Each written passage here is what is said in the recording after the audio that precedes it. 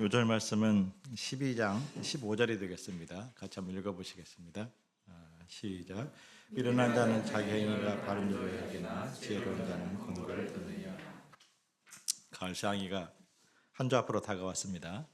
요즘 경민 목자님이 맹활약을 하고 있습니다. 메신저에다가 답사에다가 또 재정 실무자에다가 기타 잡다함을 모조리 다 감당하고 있습니다. 원래 언터처블한 형제였는데, 누구 말도 듣지 않는 형제였는데 이것도 할 수 있고 저것도 할 수 있는 섬기는 종 목자가 되어간다는 것이 놀라운 기적입니다. 말씀 공부의 권고, 또 동역자의 권고, 또 때마다 사건을 통해 말씀하시는 성령님의 권고를 듣기 때문일 것입니다. 성령께서 가을 수양회에서 그 비밀을 온전히 드러내 주시기를 기도합니다. 12장 1절을 같이 한번 읽어보시겠습니다. 시작. 훈계를 좋아하는 자는 지식을 좋아하거니와 징계를 싫어하는 자는 짐승과 같으니라. 훈계를 좋아하는 사람이 있을 수 있을까? 훈계라는 것은 따끔한 말이죠. 그것을 누가 좋아할 것인가? 아들이 가끔씩 상체 운동을 가르쳐 줄 테니까 헬스장으로 오라 제게 요청을 합니다. 저는 단호히 거절하죠. 왜냐하면 가면 힘들기 때문입니다. PT 비용을 아낄 수 있는 절호의 기회이고 또 아버지의 건강을 챙기려는 갸륵한 마음인 것을 알면서도 거부합니다. 가르쳐준 대로 따라가면 굳은 몸이 정말 고통스럽고요. 무엇보다도 몸도 몸이지만 이 마음, 내가 이 나이에 그리고 내가 아들 앞에서 연약한 모습을 보인다는 것, 그것이 싫기 때문에 그 마음이 문제이기 때문에 거절합니다. 나이만큼 몸과 마음을 굳게 만드는 것이 있는데 사회적 지위입니다. 솔로몬 시대 제일 훈계받기 싫어하는 사람이 아마 왕이 아니었을까 생각이 듭니다. 내가 왕인데 누가 감히 나에게, 이런 마음이 그 생각의 베이스에 딱 깔려 있는 것이죠. 이스라엘 장로들이 솔로몬의 아들 르호보암을 찾아와서 토목공사로 지친 백성들의 짐을 덜어달라, 그래야 왕국이 안전하다, 이렇게 훈계했습니다. 훈계이지만 실은 간청에 가깝죠.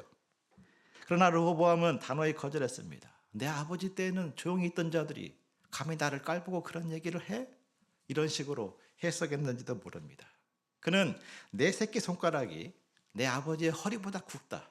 내 아버지는 채찍으로 너희들을 징계했지만 나는 전갈 채찍으로 너희들을 징치할 것이다. 이렇게 탁 잘라버립니다. 결국 훈계를 듣기 싫어했을 때 나라가 둘로 쪼개지고 말죠.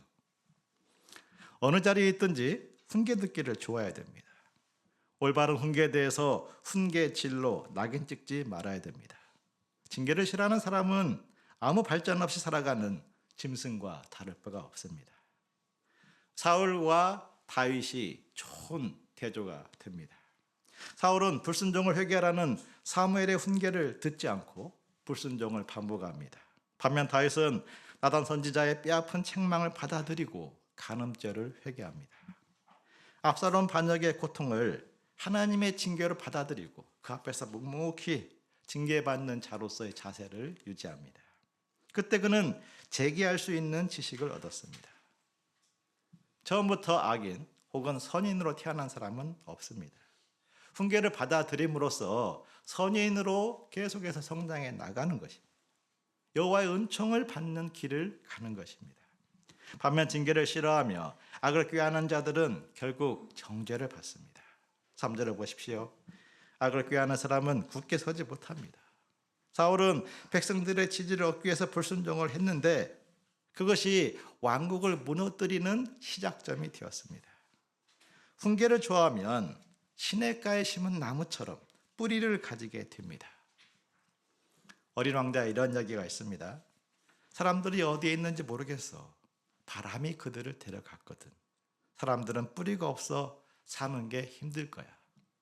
이 이야기를 여러 가지로 해석할 수 있지만 저는 사람들이 세상 풍조에 확 쓸려가서 이리 갔다가 저리 갔다가 때로는 전쟁을 막 치르고 사람을 죽이고 또 그것을 막 환호하고 아마 거기에서 인간의 삶이 피폐해지는 모습을 은유적으로 표현한 것이 아닐까 생각이 듭니다. 세상 풍조대로 사는 것은 바람에 날아가는 겨와 같이 굳게 서지 못합니다. 인생은 뿌리가 있어야 됩니다. 어떤 상황, 어떤 시대를 만나더라도 흔들리지 않는 진리의 뿌리를 내려야 됩니다. 그것이 훈계를 좋아하는 삶의 축복입니다. 4절에 보십시오. 어진 여인은 그 지아비의 면류관이나 욕을 끼치는 여인은 그 지아비의 뼈가 썩음 같게 하느니라. 한번 사모님들이 한번 읽어보실까요? 부담을 드려서 죄송하지만 한번 읽어보겠습니다. 시작. 어진 여인은 그 지아비의 면류관이나 욕을 끼치는 여인은 그 지아비의 뼈가 썩음 같게 하느니라. 지아비이란 단어는 하늘같이 높은 남편, 그죠? 서방님, 조선시대 이미지를 풍기고 있죠. 아마 자매님들은 상당히 이미지상으로 거부감을 줄 겁니다. 당시 사회적 지위가 낮은 여자의 위치를 상징적으로 표현하는 단어입니다. 사회적 지위가 낮을지라도 어질다면 그와 함께하는 자들의 면류관, 자랑거리가 될 수 있다는 말씀입니다. 뼈가 썩음 같다는 말씀은 외모에 속아 문제 많은 삶을 돌아보지 않는다면 남편에게 평생 고통을 줄 수 있다는 경고입니다. 예쁘기만 하면 다 용서가 된다는 남자들은 새겨들어야 될 말씀입니다. 물론 스펙이 좋으면 다 용서가 된다는 여자들도 새겨들어야 될 말씀입니다. 마음 씀씀이 생각이나 말을 보면 그 사람이 면류관이 될 사람인지 아니면 뼈가 썩는 고통을 줄 사람인지 분별할 수 있습니다. 생각이 정직해야 의인이고 속이고 꼼수를 부리면 악인입니다. 상처를 주는 말을 잘하면 그 길을 쭉 회개하고 하지 않고 가면 악인의 길을 가는 것이고, 구원을 주는 말을 하면 의인의 길을 가게 됩니다. 악인은 외모나 스펙이 아무리 좋을지라도 손절을 해야 됩니다. 악인의 집은 잘 되지 못하고 소멸할 것이고 의인의 집은 든든히 서게 될 것이기 때문입니다. 8절을 보십시오. 생각과 말이 지혜로우면 칭찬을 받고 마음이 굳은 자는 멸시를 받습니다. 비천 여김을 받을지라도 종을 부리는 사람, 곧 실속 있는 사람이 스스로 높은 채하고도 음식이 핍절한 사람, 겉만 번지르한 사람보다 낫습니다. 10절을 같이 한번 읽어보시겠습니다. 시작. 의인은 자기 가축에 우리가 이 말씀을 볼 때 창세기의 리브가를 떠올리게 합니다. 리브가는 나그네뿐만 아니라 그의 낙타까지 물을 먹였습니다. 반면 입으로는 말하는데, 긍휼을 말하는데 실제 행동은 잔인한 사람들이 있죠. 어떤 사람들은 이렇게 없는 사람들을 막 고용해서 일을 시키는데 내가 나니까 너를 고용해 주는 거야 하면서 실제로는 월급도 주지 않고 막 그런 사람들이 있지 않습니까? 짐승에게 적용한다면 나니까 너 잡아먹지 않고 살려둔 거야, 고마운 줄 알아 하면서 돌보지 않는 것이죠. 그 말은 긍휼이지만 실제 행동은 잔인합니다. 우리 청년들이 어떤 사람을 배우자로 선택해야 되는지 가이드가 될 수 있습니다. 11절에 보십시오. 자기 토지를 경작하는 자는 먹을 것이 많지만 방탕한 것을 따르는 자는 미련한 자입니다. 자기 토지를 경작한다는 것은 정직한 노동을 상징합니다. 방탕한 것은 한탕으로 크게 벌어들이려는 시도를 말합니다.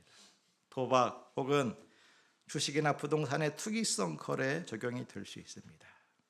그렇게 한 방으로 불이의 이익을 취하는 욕심을 탐하지 말아야 됩니다. 식물이 뿌리에서 양분을 끌어올려 열매를 맺듯이 직장의 뿌리를 내려 열매를 거두어야 됩니다. 13절을 보십시오. 할 말 못할 말 거침없이 내뱉어서 환난을 자초하지 말아야 됩니다. 그 사람은 담대한 사람이 아니라 미련한 자입니다. 수로보니게 여인처럼 은혜롭고 또 지혜로운 말을 할 수 있어야 복을 받습니다. 그것은 방구석에 틀어박혀 연습한다고 되지 않지요. 삶의 현장에서 부지런히 손을 움직여 자기 십자가를 짐으로써 준비되는 것입니다. 15절을 같이 읽겠습니다. 시작. 미련한 자는 자기 행위를 바른 줄로 여기나 지혜로운 자는 권고를 듣느니라. 미련한 사람은 책을 읽지 않는 사람이 아니라 한 권만 읽는 사람이다, 이런 말이 있습니다. 한 권만 읽고 자기 확신에 사로잡혀서 다른 관점을 받아들이지 않는 것입니다. 자기만 옳다고 생각하는 그 불통이 가져오는 발전을 가로막는 미련, 그것을 지적한 것입니다. 미련함은 지능 문제가 아닙니다. 마음 문제죠. 때로는 그래서 학력 높은 사람에게서 자주 발견합니다. 복음서를 보더라도 예수님 말씀을 제일 깨닫지 못하는 사람들이 그 바리새인, 유대 최고 엘리트 바리새인들이었습니다. 한국 정치의 위기도 여기에 있다고 생각합니다. 대통령이 1시간 동안 참모회의를 하면서 50분을 다 혼자 말하고 나중에 겨우 한 5분, 10분 듣고 끝낸다고 합니다. 참모들이 다른 의견을 제시하면 불같이 화를 낸다고 하죠.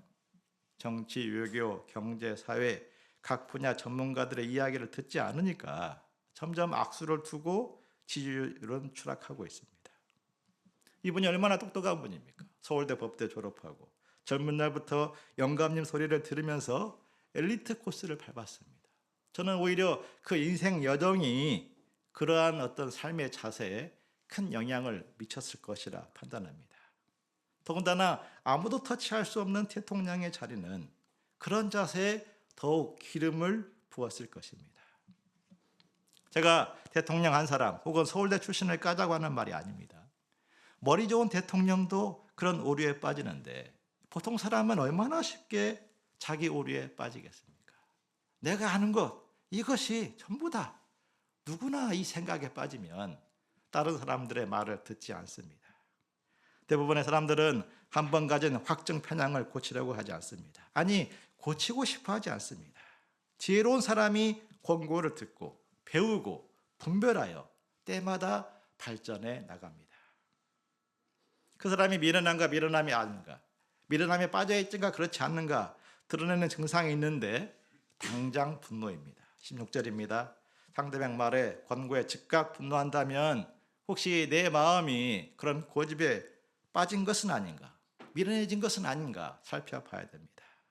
치욕으로 들리는 말이라도 참고 들을 줄 알아야 슬기로운 마음을 갖고 있는 것입니다. 이는 무슨 말이든지 다 받아들이라 그런 말씀이 아니죠. 진리인지 거짓인지는 분별해야 됩니다. 칼로 찌르는 것처럼 함부로 말하는 자들도 조심해야 됩니다. 지혜로운 사람은 양약처럼 도움이 되는 말을 합니다. 그것은 사탕발림 같은 말도 아니고 욥의 새 친구처럼 이론적인 말도 아닙니다. 19절을 보십시오. 진실한 말입니다. 이 진실한 말은 시간이 지날수록 빛을 발합니다. 반면 거짓된 말은 그 효력이 잠시로 끝나고 맙니다. 들을 때는 다 기분이 좋은데 나중이면 그 사람을 망치는 말도 있습니다. 거짓된 말은 단지 팩트가 틀린 말만을 의미하지 않습니다. 사도 바울은 천사의 말이라 할지라도 사랑이 없으면 울리는 꽹과리와 같다고 했습니다. 이것이 어떻게 비유될 수 있습니까? 명품을 알고 탁 포장지를 뜯었는데 포장지는 그럴싸한데 안에는 빈 박스만 있는 그런 택배 물건에 비유할 수 있습니다. 자기 유익만을 위해서 교묘히 편집하는 것, 거짓이죠. 화평을 담아야 그 사람에게 희락을 줍니다. 말하는 사람도 기쁘고 듣는 사람도 기쁘게 합니다. 그런 말을 하는 자는 어떤 재앙도 임하지 않지만 속이는 말을 하는 자들은 결국에는 앙화를 받게 됩니다. 거짓 입술은 여호와께 미움을 받고 진실한 입은 여호와의 기뻐하심을 입기 때문입니다. 23절을 보십시오. 슬기로운 사람은 많은 것을 알고 있어도 자기 지식을 자랑하지 않습니다. 편은 익을수록 고개를 숙인다는 말처럼 지식이 많을수록 겸손합니다. 반면 미련한 사람은 알량한 지식으로 동네 방네 떠들다가 자기 미련함을 드러냅니다. 24절을 보십시오. 입이 아닌 손이 부지런해야 리더의 자리에 설 수 있습니다. 입만 살아있고 손이 게으른 자는 절대 리더가 될 수 없습니다. 25절을 같이 읽겠습니다. 시작. 근심이 사람의 마음에 있으면 그곳으로 번뇌하게 되나 선한 말은 그것을 즐겁게 하느니라. 근심이 마음을 차지하면 그 특징이 번뇌를 쏟는 말을 자주 합니다. 입을 막 열어서 자신도 번뇌하게 하고 다른 사람도 번뇌하는 말이 나옵니다. 즐거움과 감사를 주는 선한 말을 해야 됩니다. 사도 바울은 감옥에 갇혀 있으면서도 빌립보 교회에게 기쁨의 말을 했습니다. 항상 기뻐하라. 내가 다시 말하노니 기뻐하라. 이는 모든 일에 기도와 간구로 감사함으로 하나님께 아뢰었기 때문입니다. 근심거리, 걱정거리 없이 사는 사람은 아무도 없죠. 사람들 보면요, 다 보면은 이 삶의 어려움을 가지고 있습니다. 다만 근심보다도 감사를 담아서 부지런히 입을 열 때 근심이 마음에서 떠나가고 번뇌가 물러가게 됩니다. 하나님의 평강이 그 마음과 생각을 지켜줍니다. 거기에서 진짜 사도 바울처럼 이웃을 인도할 스피릿을 얻게 됩니다. 27절을 보십시오. 부지런히 근심 대신 선한 생각을 담고 부지런히 선한 말을 하기에 힘써야 됩니다. 오래전 코미디 프로에 웃으면 복이 와요, 그런 프로그램이 있었습니다. 전설적인 코미디인데요. 그런데 저는 잠언을 볼 때 선한 말을 하면 복이 옵니다. 우리가 선한 말을 하기에 힘써야 됩니다. 그 길에 생명이 있고 사망이 없습니다. 우리 각 사람이 그 길을 갈 수 있는 마음과 생각을 갖기를 기도합니다.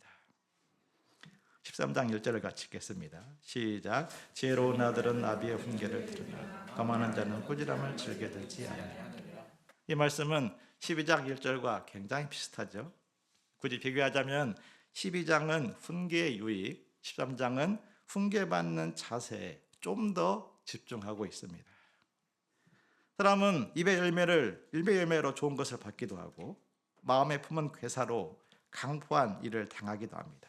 예를 들면 층간소음으로 인해서 막 험한 말을 했는데 그것이 칼부림으로 돌아오기도 하고, 사기를 쳤는데 그것이 폭력으로 응징당하기도 합니다. 그러므로 입을 지켜야 됩니다. 신뢰받을 수 있는 사람이 되기에 힘써야 됩니다. 3절입니다. 시작. 입을 지키는 자는 자기 생명을 보존하나 입술을 크게 벌리는 자에게는 멸망이 오느니라. 말을 함부로 하는 것은 실수 정도로 생각할 것이 아닙니다. 이 생명이냐 멸망이냐 생사가 걸린 문제처럼 중요하게 여기라는 것입니다. 물론 우리가 말 잘못한다고 해서 멸망당하지 않죠. 하지만 내 말에 대해서 이것이 얼마나 중요한 문제인가, 그런 의식을 갖고 말하는 것과 아무 생각 없이 막 내뱉는 것은 천지차이입니다.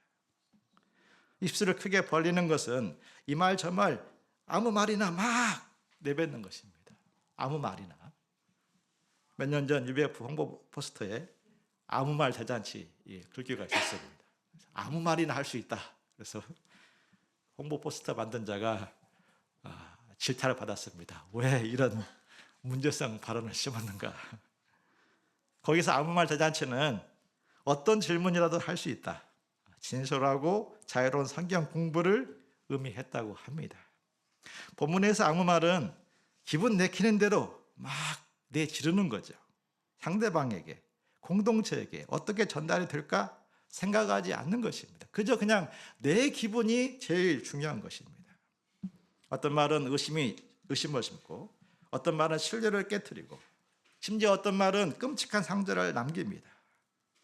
말로 인해 분열과 다툼이 시작이 되고 돌이킬 수는 없는 원수로 갈라서고 결국 큰 전쟁이 일어나는 그런 일들도 있습니다. 입에 보초를 세우는 훈련이 필요합니다. 혈기가 막 끓어오를 때, 특히 내 마음속에 사나운 감정이 막 올라올 때, 그때는 일정 기간 침묵 훈련 해보는 것도 좋습니다. 그러면 화가 가라앉고 이전에 몰랐던 자기를 발견할 수도 있습니다. 가장 좋은 것은 기도하기에 힘쓰는 거죠. 다윗은 간구했습니다. 여호와여, 내 입에 파수꾼을 세우시고 내 입술의 문을 지키소서. 성령 충만할 때 감정을 다스릴 수 있습니다. 그러므로 게으른 자는 입술을 지킬 수 없습니다. 왜냐하면 한두 번 시도해보고 포기하기 때문입니다. 부지런히 노력해야 언어 습관이 달라지고 그 언어의 열매를 거둡니다. 거짓말을 미워하는 사람이 의인이고, 유익이 된다면 거짓말이라도 괜찮다는 사람들이 있는데 결국 그런 사람은 악인의 길을 가게 되고 언젠가는 부끄러움으로 되돌려 받을 것입니다. 하나님의 공의는 행실이 정직한 자를 보호하고 악을 행하는 자들을 패망시키는 것입니다. 7절에 보십시오. 스스로 부한 채에도 아무것도 없는 자가 있고 스스로 가난한 채에도 재물이 많은 자가 있느니라. 여기에서는 누가 의인이고 누가 악인인가, 누가 더 나은가 이런 평가가 없습니다. 무엇을 말하려고 하는 것일까? 외모에 속지 말자? 그렇게 생각할 수도 있는데, 어떤 분은 열등감을 숨기려고 명품을 걸치고 부자인 척 하지 말자, 이렇게 그 부끄러운 일이다 해석을 합니다. 반면 어떤 사람은 재물이 많은데도 없는 사람 코스프레하며 구대서로 사는 것은 좋지 않다, 이렇게 해석하기도 합니다. 비판적인 메시지로 해석하면 그렇죠. 긍정적인 메시지로 해석할 수도 있습니다.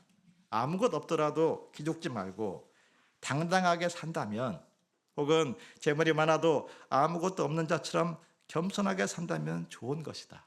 이 긍정적인 메시지로 해석하는 것이죠. 분명한 것은 보여주기 위해서 혹은 물질을 의지하는 마음은 물리쳐야 됩니다. 사도 바울의 고백을 기억해야 되겠습니다. 나는 비천에 처할 줄도 알고 풍부에 처할 줄도 알아. 모든 일 곧 배부름과 배고픔과 풍부와 궁핍에도 처할 줄 아는 일체의 비결을 배워노라. 재물이 생명을 구하는 속전이 될 때가 있습니다. 돈이 있어야 불치병을 고칠 수도 있고 누군가에게 생명의 은인으로 남을 수도 있습니다. 그러나 좋은 역할만 하는 것은 아닙니다. 재물이 많기에 협박을 당할 수 있습니다. 예를 들어서 핏줄을 나눈 형제와 원수지간이 되기도 합니다. 재물 자체가 행복이라는 거짓 환상에 속지 말아야 됩니다. 가난하든지 부하든지 의인으로 살아야 그 재물이 빛을 발합니다. 악인이 많은 재물을 가진 것은 마치 불 꺼진 커다란 집에 사는 것과 같습니다. 부가 주는 교만에 빠지면 다툼이 일어납니다. 성공할수록 겸손히 권면을 들어야 됩니다. 망령되이 얻은 재물은 쉽게 사라지지만 수고롭게 일하여 쌓은 부는 그 사람을 점점 성장하게 만듭니다. 12절을 같이 읽겠습니다. 시작. 소망이 더디 이루어지면 그것이 마음을 상하게 할 거니와 소원이 이루어지는 것은 곧 생명나라. 소망을 속히 이룰 수 있는 사람이 몇이나 될까? 우리가 어떤 소망을 줄 때 내가 이번에 시험에 합격하게 하겠다, 그 소망을 줄 때 그것을 속히 이룰 수는 없지 않습니까? 많은 청년들이 내 집 마련을 소망하지만 그림의 떡으로 끝나는 경우가 많습니다. 그것은 마음을 상하게 하죠. 심하면 죽음 같은 절망의 골짜기에 빠뜨립니다. 소원이 이루어져야 생명나무 같은 활력을 얻습니다. 그러므로 작은 것이라도 소원을 이루는 것이 중요합니다. 그러면은 다음 소망을 향해서 전진할 수 있는 열정, 생명력을 얻죠. 좀 더 강한 의지가 생기게 되고 이전보다 단단한 인내심도 생기게 됩니다. 더 높은 차원의 세계로 도전하게 됩니다. 현실의 소망을 이루어지는 것도 이와 같은데 하나님 나라의 소망을 이루는 것은 어떠하겠습니까? 예를 들어서 한 영혼을 구원하는 목자의 소망이 이루어지면 심정이 새로워지고 열정에 불이 붙습니다. 이 소망이 이루어질 때 좀 더 높은 세계, 더 많은 사람들을 돕고 더 깊이 예수님을 배우게 됩니다. 소망이 이루어지려면 말씀이 있어야 됩니다. 왜냐하면 그 이루는 과정에 여러 가지 위기를 만나게 됩니다. 말씀을 멸시하면 위기를 넘어서지 못하고 계명을 경외해야 아브라함처럼 위기를 넘어서서 상을 받습니다. 지혜 있는 자의 교훈은 생명샘이 되어서 사망의 그물에서 벗어나게 합니다. 선한 지혜가 은혜를 얻고 사악한 자의 가르침을 벗어나게 합니다. 저기로운 사람은 배운 지식대로 행하지만 미련한 자는 아무리 가르쳐 주어도 배운 대로 하지 않아서 그 자리를 반복할 뿐입니다. 17절도 같이 읽겠습니다. 시작. 악한 사자는 재앙에 빠져도 충성된 사시는 양약이 됩니다. 여기서 사자, 사시는 전달자를 말합니다. 어떻게 전달하느냐에 따라서 재앙에 빠지게 하기도 하고 양약이 되기도 합니다. 악한 사자는 말을 옮기면서 막 다툼과 분열을 만들어냅니다. 그 사람에게 딱 들으면 화가 나. 그래? 나를 그렇게 생각하고 있었어? 화가 나. 어떤 사람은 말을 옮길수록 오해가 풀려. 그렇구나. 내가 잘못 생각했었구나. 오해가 풀리고 관계성이 회복이 됩니다. 악한 사자들은 들은 그대로 전하지 않고 자기 나름대로 편집해 전했다가 그런 화를 만나는 것입니다. 궁핍과 수욕에 이르게 됩니다. 경계받은 그대로 전하는 자는 존귀와 영광을 받습니다.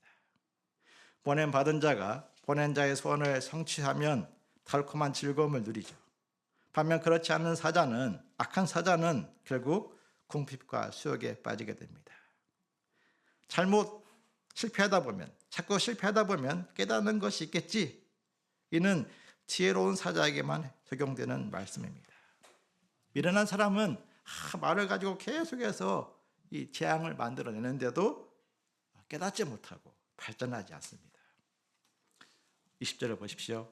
지혜로운 자와 동행하면 지혜를 얻고 미련한 자와 사귀면 해를 받으리라. 동양에서의 맹모 삼천지교 떠올리게 하는 말씀이죠. 누구와 동행하느냐, 누구와 사귀느냐는 매우 중요합니다.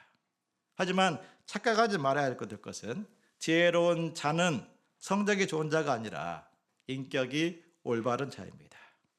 많은 이들이 강남으로 이사하는 것, 교육의 지혜처럼 여기는데 강남에서 살아도 악한 자와 사귀면 재앙을 만나는 것입니다. 의인과 함께 해야 선한 보응이 따라옵니다.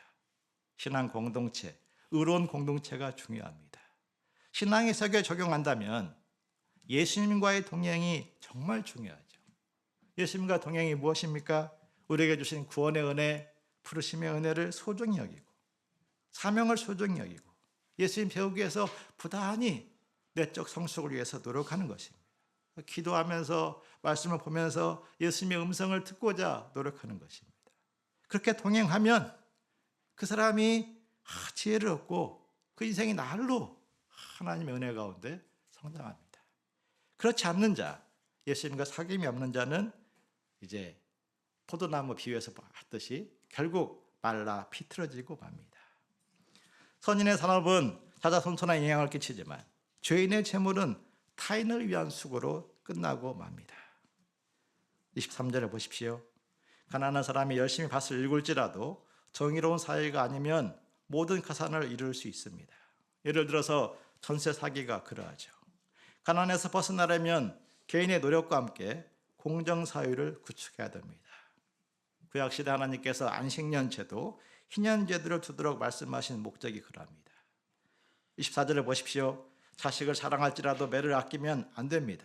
이는 가정폭력을 정당화시키는 말씀이 아닙니다. 방식에 대해서는 시대마다 고민해야겠지만 자녀가 악을 행하면 반드시 징계해야 됩니다. 의인의 길을 가야 풍성함을 맛보고 악인의 길을 가면 줄인 영으로 끝나고 말 것이기 때문입니다. 의인의 길을 감으로써 그 길에 있는 숨어있는 비밀을 풍성히 체험하는 자들이 되기를 기도합니다. 우리 각 사람에게 이 믿음의 길, 의인의 길을 갈 수 있기를 기도합니다.